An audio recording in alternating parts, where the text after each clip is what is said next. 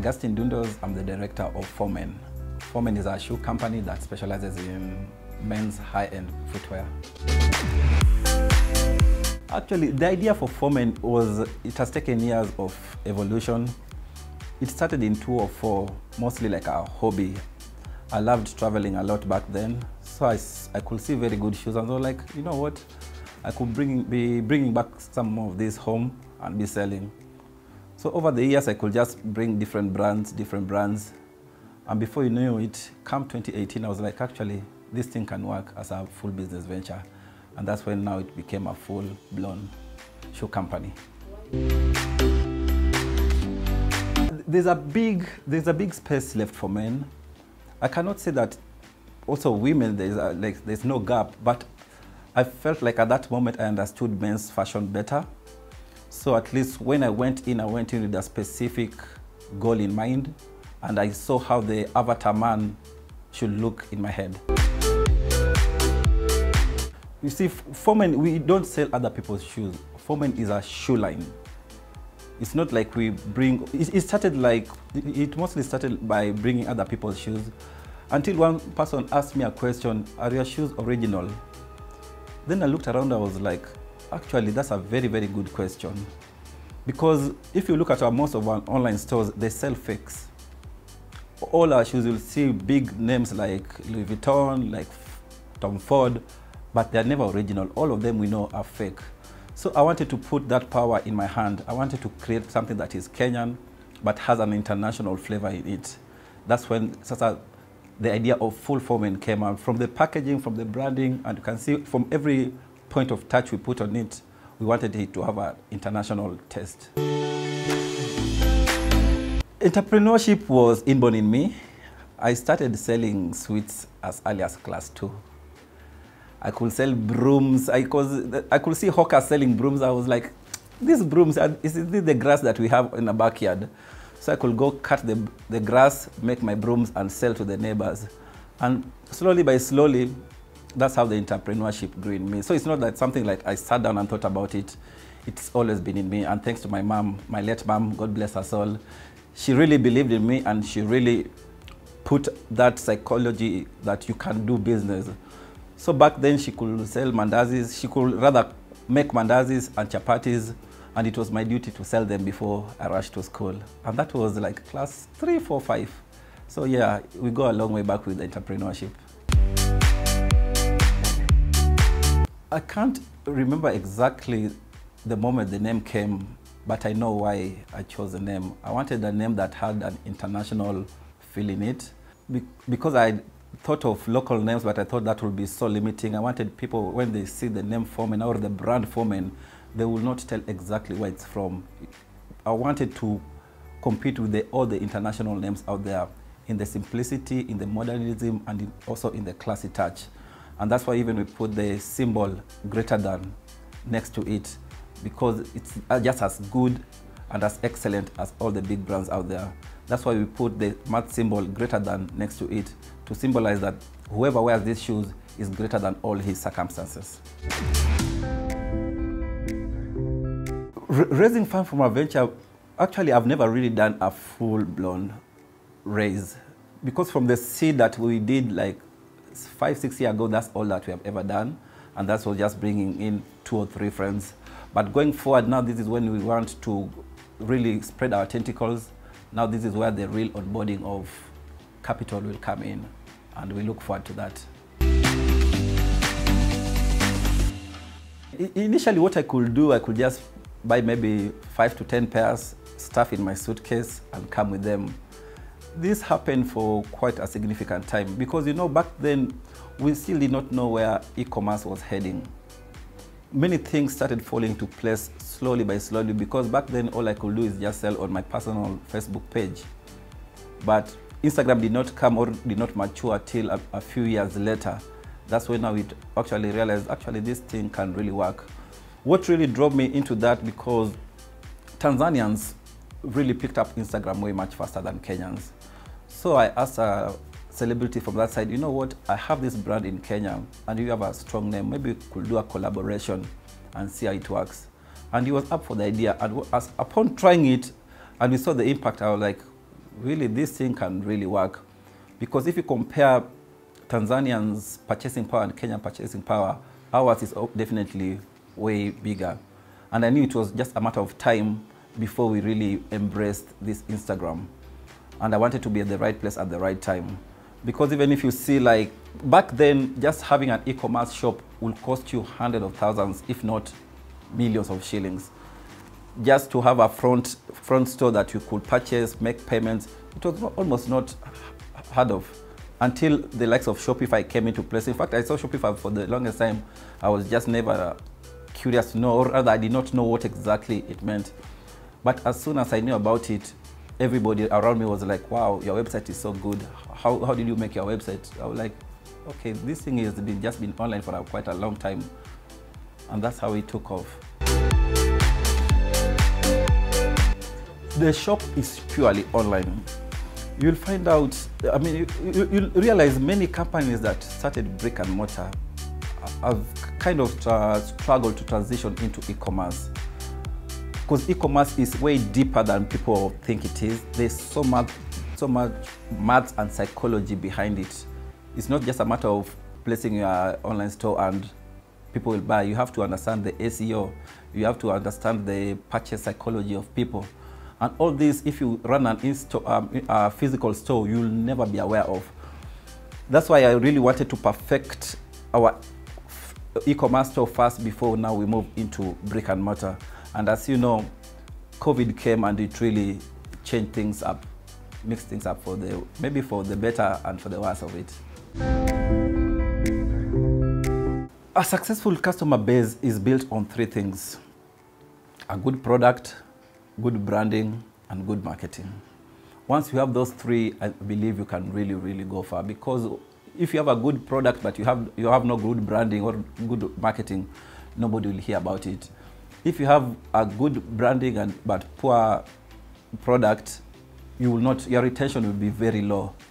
You see, but if you have good branding, good product but no marketing, you'll be shouting in a chamber, or rather in a vacuum.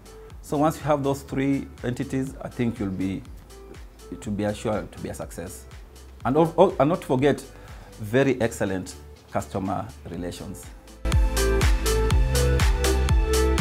Our marketing is done entirely through e-channels because we are an e-commerce company. So back then we really tried to do conventional marketing channels like going to expos, but then we're like, this is not the way. It's not scalable, because what you can do, let's say for example, in 400,000 you have an expo somewhere, you will only reach those people for those maybe 2-3 days, which doesn't really give you value for money. But when you put that money into e-commerce, you can also really figure out that I spend this much, I got this much out of it instantly. There's no guesswork about it.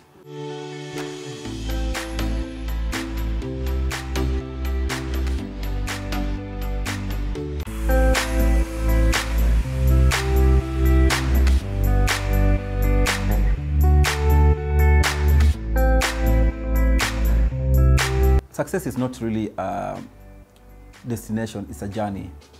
Because you can think that if I meet X amount of sales, I will have succeeded. But once you get to that X, you realize that X is too small. You want double X.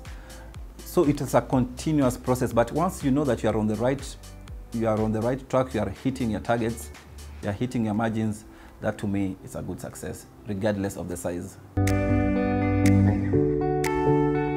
There are quite a couple of things that make an entrepreneur successful. Good partners really helps. It really helps to have good partners who can see different angles that you don't see. You can go into a business as a solo person and be successful, yes, but even the biggest solo ventures have partners who really help them see the different perspectives that they don't see. And the same can be said to me. I'm not really a one-man show. I may be here sitting with you, but there are some people who advise me, maybe you should do this like that, maybe you should do this like that, and that really helps. And another thing also is consistency and discipline. Many people, and that's where really passion comes in, many people give up so easily. You can do something for a year or 2 or 3, you see, oh, this is not successful, then you give up. While just before you gave up, that's where the success really lay. Another thing is constant learning. You must always be learning, because especially in where we are right now, if you snooze a bit, your competition will overtake you. And there are so many free tools online that people don't really use, that people should really get to use them.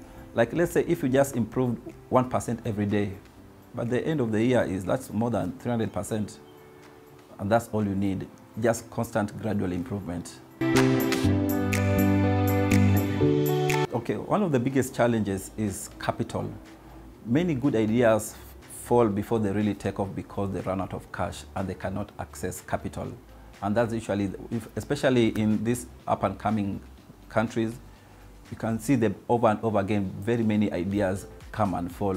And like in the West, somebody comes up with a small idea, they're flooded with money.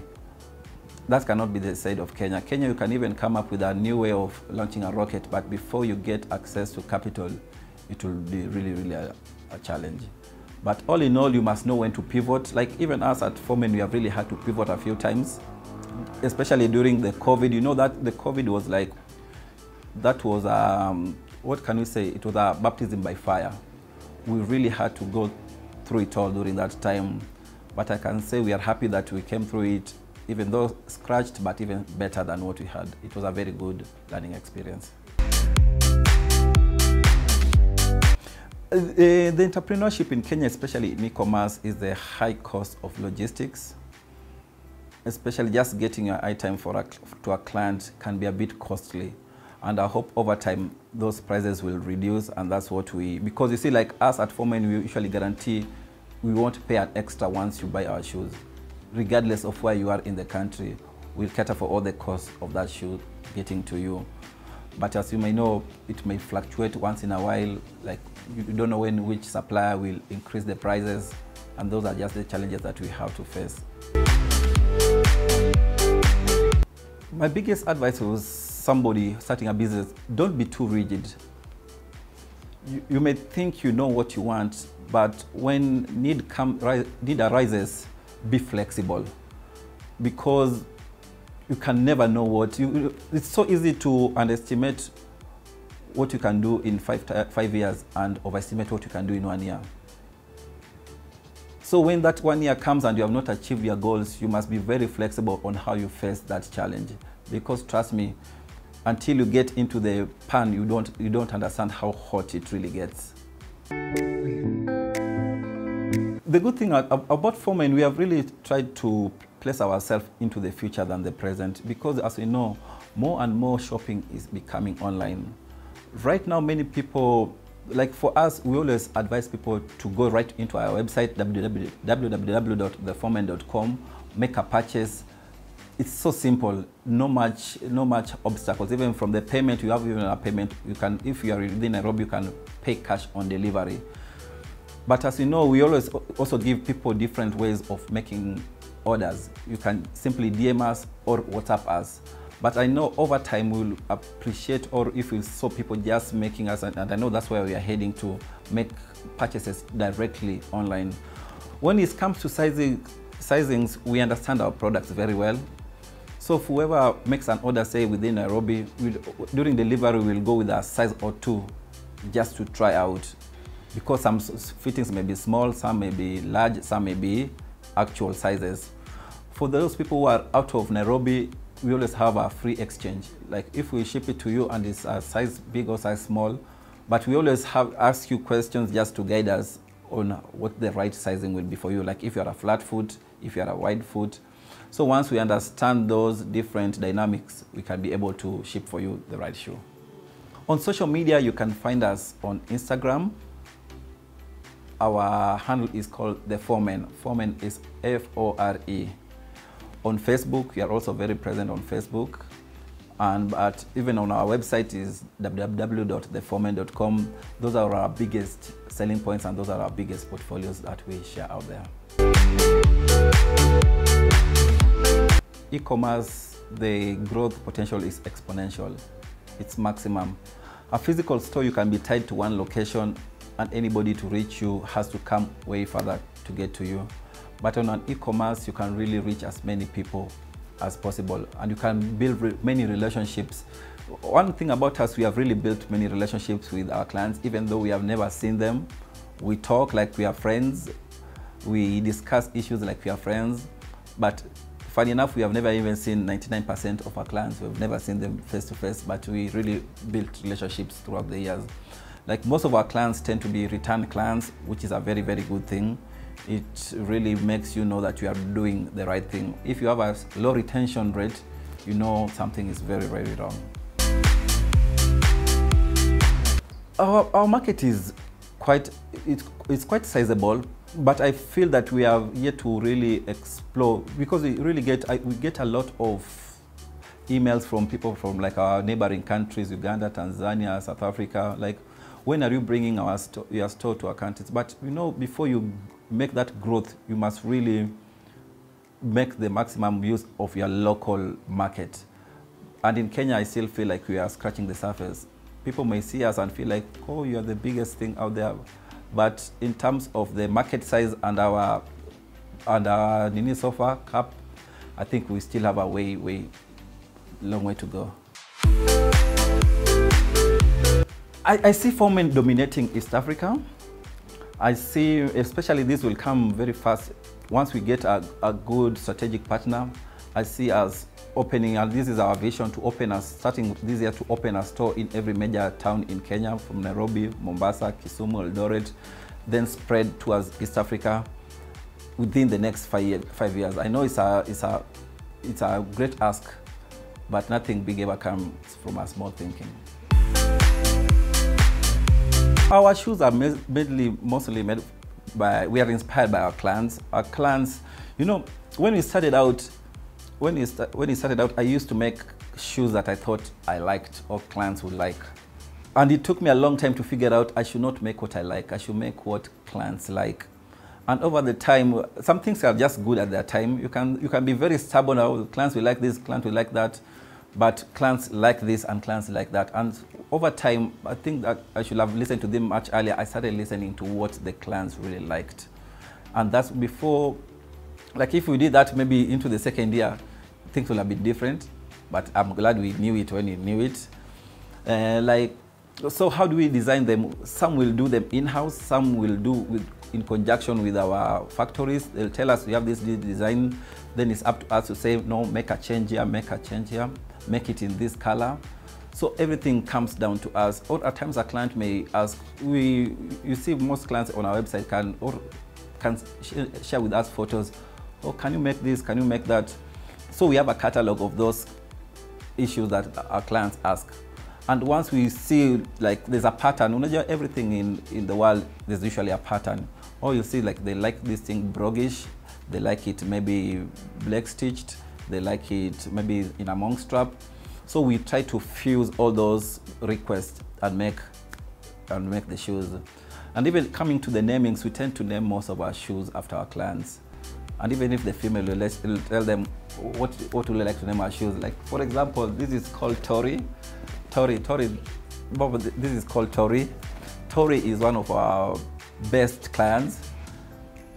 I can't really go into specifics, but yeah, once like you have been very loyal to us, I think we'll bring up a shoe after you, and they were quite impressed.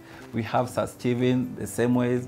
So most of these names, we always try to name them after actually our clients. We don't just come from them from the blue.